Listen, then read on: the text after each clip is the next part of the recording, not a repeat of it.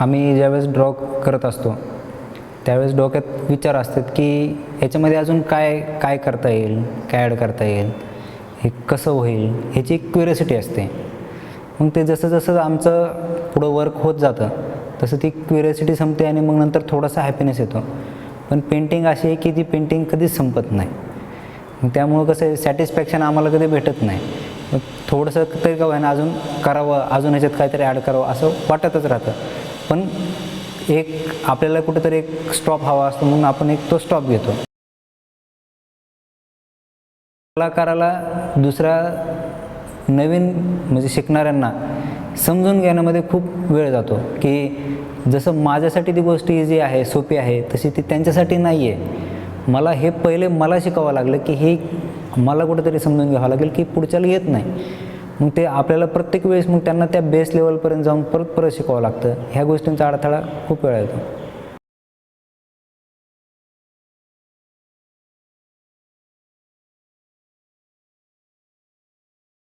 मला खूप सारा एकदम चांगलं शिकायचं, मला खूप भारी पेंटिंग्स करायच्या आहे.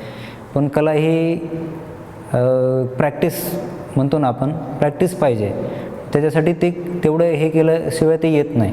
म्हणजे कला ही असं एक टाईम पिरियडमध्ये शिकत नसते, ती आतमधून येत असते. तर ते काय होतं, त्यांच्यातून जोपर्यंत आतमधून येत नाही तोपर्यंत त्यांना ती होत नाही. आणि म्हणून त्यांना काय वाटतं की हे मला जमत नाही, माझ्याकडून हे होत नाही. मग त्यावेळेस मग आम्ही त्यांना मदत करतो की तू जे करतो आहेस ते तुझ्या लेवलला चांगलंच होतं आहे, तू अजून प्रॅक्टिस कर, प्रॅक्टिस केल्यानं तुझं वर्क चांगलं होईल, सुधारेल.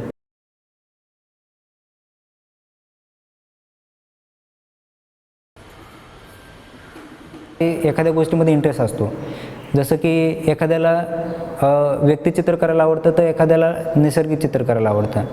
मग काय होतं, बऱ्याच वेळा क्लासेसमध्ये आम्ही तेच विषय शिकवतो. मग त्याच्या ज्यावेळेस आवडीचा विषय येतो मग तो त्यामध्ये जास्त एफर्ट टाकून करतो, पेंटिंग करतो. आणि मग आम्हाला कळतं की ह्याला हे समजतं, हे चांगलं येतं. आणि मग आम्ही त्याला म्हणतो की हे तुझं चांगलं झालं आहे. त्यावरून आम्हाला कळतं की ह्या गोष्टीमध्ये आवड आहे. आणि कलेमध्ये खूप सारे प्रकार असतात की प्रत्येकाला निसर्गचित्र येईलच असं नाही, प्रत्येकाला व्यक्तिचित्र येईलच असं नाही. मग त्यामध्ये ज्याला ते आवड आहे ना तो ते चांगलं करतो. त्यांना ज्यावेळेस त्यांचं चुकतं ते खोडतात, खूप वेळा खोडतात. मग एक टाईम आम्ही त्यांना म्हणतो की तुझ्या चुका ज्या आहेत ना ते तसेच राहू दे, तू परत नवीन ड्रॉ कर. त्यामुळं काय होतं, त्यांना त्यांच्या चुका कळत जातात. चूक कळल्यामुळं काय होतं की त्यांच्यामध्ये प्रोग्रेस होत जाते. मग एक काळ असा येतो की त्यांना ते समजायला लागतं की आपलं काय चुकतं. आणि 5-6 वेळाच्या नंतर आहे ना ते आपोआपच चांगलं करायला लागतात. की त्यांना मग ते कळतं की नाही, माझं हे चुकत होतं, माझं ते चुकत होतं. आणि मग ते करतात व्यवस्थित. शक्यतो सगळे आर्टिस्ट तर होणार नाहीत, पण त्यांच्या प्रत्येक करिअरमध्ये त्यांना एक स्किल भेटेल. तो कुठल्याही क्षेत्रामध्ये जाईल तर त्याला ही कला जे हातामध्ये त्याच्या स्किल आले ते त्याला नक्कीच मदत करेल. मग तो मेडिकलमध्ये जाऊ, इंजिनिअरिंगमध्ये जाऊ, आर्किटेक्चरमध्ये जाऊ किंवा इतर कुठल्याही डिझाईन क्षेत्रामध्ये जाऊ, त्याला एक स्किल हे कामाला येतात. आणि आर्ट हे फक्त स्किलच नव्हे तर हे मेडिटेशन पण आहे एक प्रकारे. की ज्यावेळेस तुम्ही काही ड्रॉ करतात, तुम्हाला जे काही विचार येतात, थॉट्स येतात, तुम्ही त्याला ज्यावेळेस पेंट करतात ते तुमचे थॉट बाहेर पडतात.